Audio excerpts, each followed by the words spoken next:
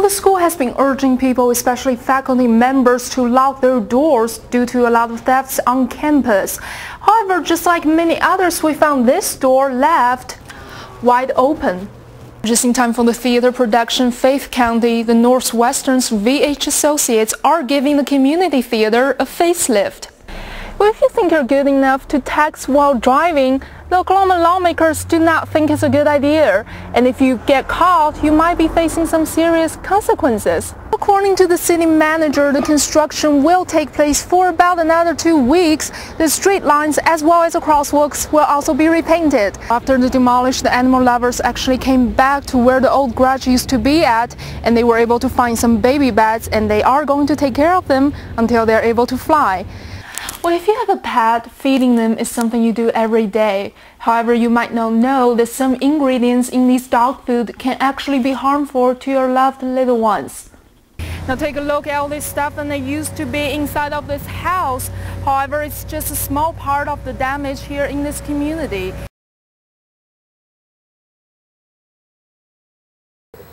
About a month ago, some students living in Coronado Hall were involved in the possession of marijuana within 1,000 feet of the campus. To most people's surprise, the same thing happened almost a week before this one. Almond Hall, as known as Athlete's Dorm, was a place where another individual was charged with the use of illegal drugs on campus. Now, what's so different about this case is that the man is not a student or an athlete. In fact, a registered sex offender. This man was enrolled in the fall, but not currently a student. These incidents lead us to some questions. Why is someone with a background like this living in the dorm?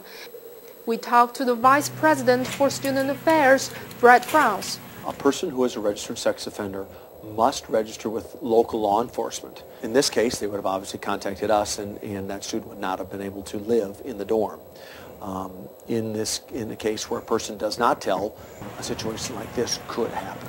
We also talked to the Director of Student Housing, Mark Wallace, about whether they check students' background before they move into the dorm. There's nothing in our requirements or policies that says you cannot live on campus. We do not do a criminal background check on anyone that lives on campus.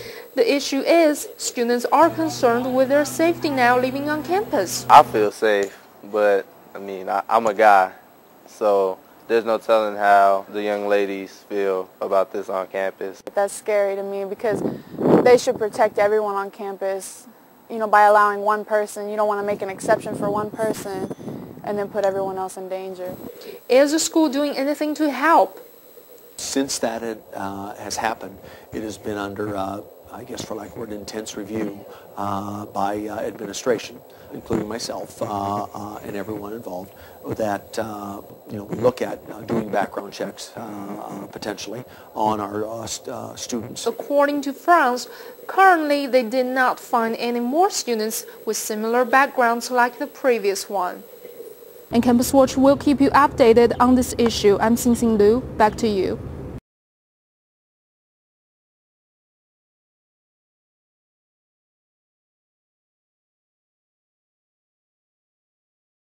It's been going on for a couple of weeks now. Getting ready to go to class. What a day to start with a cold and freezing shower. Ashley Walker, a resident from South Hall, said the first time it happened, she turned the water on to the hottest level. Waiting, and more waiting. There is now hot water coming out.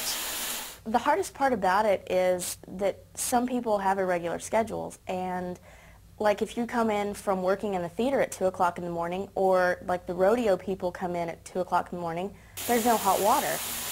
According to South Hall residents, sometimes during the last 2 weeks, not only there is now hot water in the shower, but also now hot water in the sink.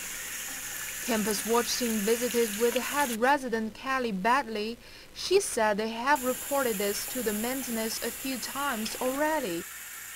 Every time that I found out that the water was off, I always turned it in. I don't like that the girls have to suffer with having cold water, but I know that the maintenance are working really hard, and we work as a team to try our best to help out. The next day we went to the maintenance building to find out what the problem is. It's mechanical. It's our hot water heater. Just went down. We just had to order a special part with it and keep in stock. There's nothing much you can do if you don't have the part to fix it. Campus Watch team was also told that this is not the first problem that has happened this year at the dorm. This summer, when I was staying here for summer classes and working at the university, we didn't have air conditioning 3 times in 2 months. That took a while to get fixed. It took a couple days to get fixed. So now we know the hot water problem in the dorm has been solved. However, according to maintenance, they still keep extra equipment in stock just in case this kind of problems happen again in the future, and they can fix it immediately. We're here to help you with your problems on campus. I'm XinXin. Back to you guys. So who was announced the winner of President's Prize this weekend? We have the full details on that, and also could Facebook be actually making you depressed? Our 7 News team investigates. Plus, knowing the difference between a common cold and an allergy attack, we go inside to find out some helpful tips to keep you staying healthy. And all this and more coming up here on 7 News.